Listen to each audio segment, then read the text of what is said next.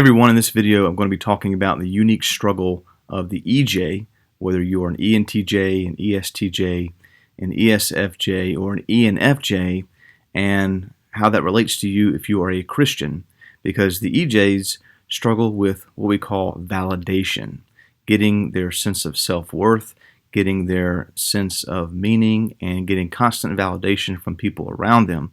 And if you're a Christian, how are you supposed to live that way? How are you, what can you change? How can you grow through this need that you have for validation? So depending on what type of EJ you are, you go about your validation in really two distinct ways. If you are an ENTJ or an ESTJ, you're getting your validation from people that need for validation. You're getting it by doing things for people, doing things in general, whether they be difficult things or whatever they are, performing in some way, and then telling people about it or making sure that they saw it and saying things like, look at me, look what I did, look, was this good? And they will typically brag about things that they've done. Now for the Christian ESTJ or ENTJ, what you have to understand is that your self-worth is not wrapped up in your accomplishments.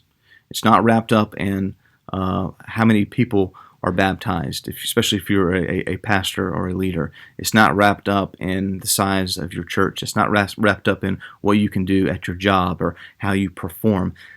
God doesn't love you more, and people will not love you more based on your validation. So very simply, if you are an ESTJ or an ENTJ, you need to come to the conclusion and the mental idea, that an agreement that you don't have to perform anymore. You are accepted for who you are in Jesus Christ.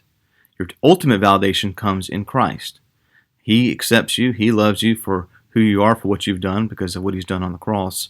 And so you need to understand that. And so this need for validation, this need of trying to prove yourself good and worthy, is just a human need that we all need on some level.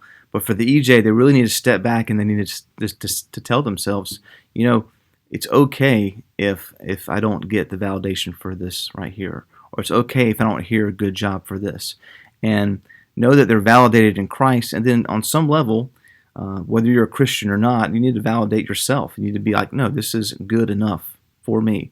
And you need to come to a place where you can say, I don't need to post every little thing. I don't need to tell all these stories. I just need to be good with what I've done and know that it's good enough. There's one particular man that I know who is retired. He was very successful, and I'm pretty sure he's some type of ENTJ, whether he is, I don't know, he could be a ESTJ jumper, or he just could be a basic ENTJ. But he's retired, he's very successful, and he still is involved in doing a lot of things. And he will always talk to me and brag to me about the things he's done. And he wants validation from his pastor, who is young enough to be his son, but that's just what he needs. And this is a very successful man who's retired and has done very well financially and socially, but he still needs that validation. He's still running around doing things and then telling us about it. And it doesn't really come across in an arrogant way. It's just he's excited, and it makes you excited for him, but he's looking for that validation. And in all ENTJs, ESTJs, if they really are that type, they're going to be looking for that validation, and they're going to be asking people, hey, what did you think about this? What about this? And if you are a pastor and you have this one of these personalities, you're going to be asking your spouse and your friends and those close to you, how do you think my sermon did? Was this good? What about this illustration? What about this? And so the EJ is constantly asking for their friends to validate them in some way. Of course, social media is a huge player in this. You can get validation all the time on social media through likes and comments and shares. And so this is something that just keeps feeding the EJ, and they need to figure out how to quit it. Now, if you are an ENFJ or an ESFJ or some combination of those types, it's not all about, for you, it's not about getting validation from doing things. It's about getting validation from helping others and making people feel good. So really the best example of this is if you watch the Oprah Winfrey clip from years ago where she gave everyone in the audience a new car.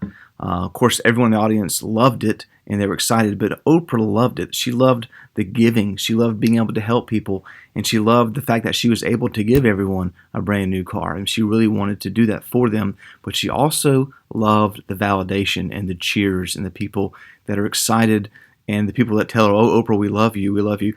The ESFJs, the ENFJs, they really need that type of validation. They want to help people, but then they want to be told, "Oh, thank you so much for helping me."